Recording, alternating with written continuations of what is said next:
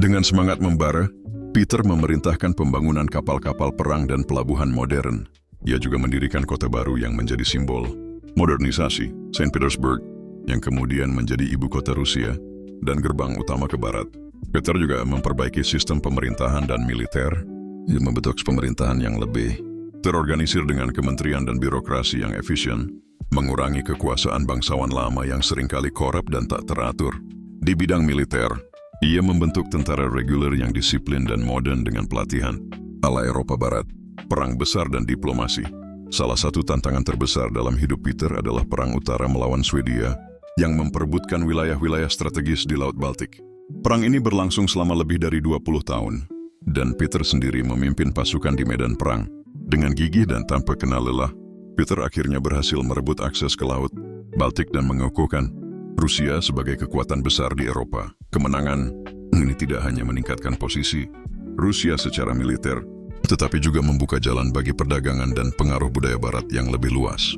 Warisan dan hari-hari terakhir, di akhir hayatnya pada tahun 1725, Peter yang Agung duduk merenung di istananya yang megah di Saint Petersburg. Ia melihat betapa jauh Rusia telah berubah. Dari negeri yang terisolasi dan terbelakang, kini Rusia berdiri sebagai kekuatan besar yang mengagumkan, berkat usaha tanpa henti dan visi luar biasa sang Tsar. Namun hidup Peter tidak selalu mudah.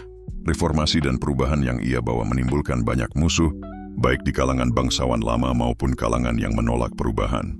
Bahkan kesehatannya pun memburuk karena kelelahan dan penyakit yang dideritanya setelah jatuh ke air dingin saat menginspeksi konstruksi sebuah kanal.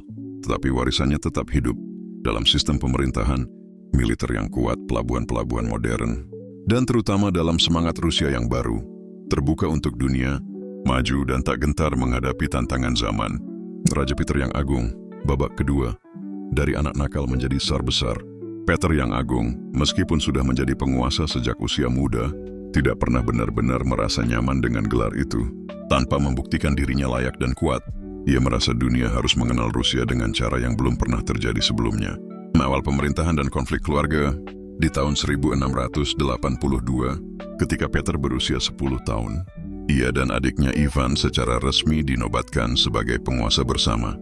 Namun, kekuasaan nyata dipegang oleh kakak perempuan mereka, Sofia, yang menjadi wali penguasa dan pengendali Rusia. Sofia adalah sosok yang licik dan kuat, dan ia memandang Peter sebagai ancaman. Peter muda, dengan keberanian dan kegigihannya, mulai menolak cengkeraman Sofia. Ia dan para pengikutnya melakukan berbagai perlawanan kecil di istana. Dalam sebuah babak dramatis,